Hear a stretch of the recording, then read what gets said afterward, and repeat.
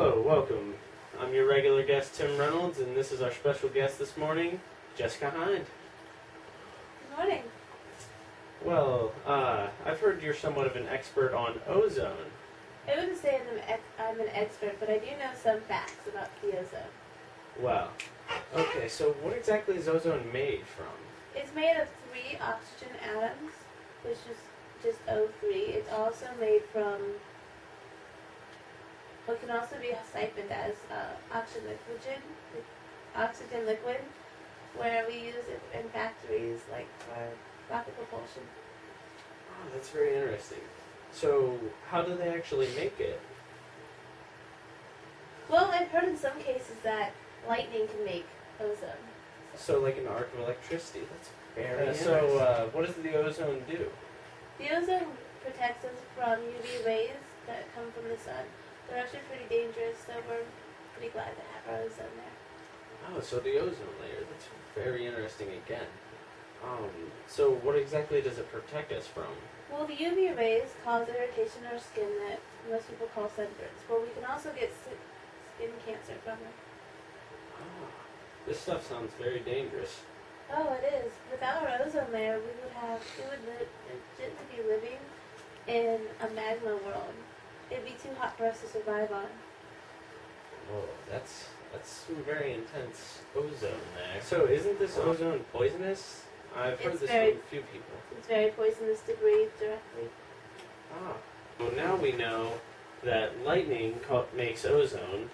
The ozone protects us from things like sunburn and skin cancer.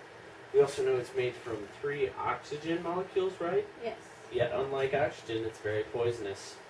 Yes. The only reason we have it out of 3 oxygen molecules is because it's an allotrope. Oh. Yes. That's very interesting. So, rather than just being regular oxygen, it has this allotrope, you called it? And that makes it have 2 different things made solely from the same element. That's very interesting. What else can you tell me about this ozone?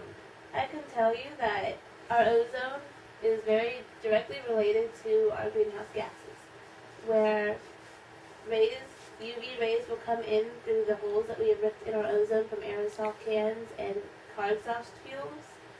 And once they get in, they heat our atmosphere, but when they go to leave, they can't because now they're stuck. It's like a one-way street. You can turn on, but you can't get back off. Ah, well, I've always wondered about this.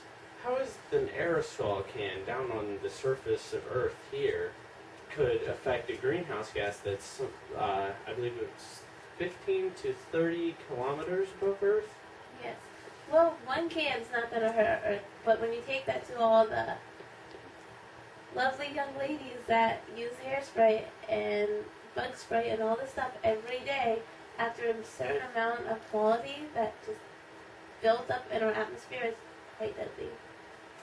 We ourselves are ruining our own ozone. So we really have to start watching our CO2 footprints and whatnot. Oh, yes. Well, this has been GNN News, signing out. 911!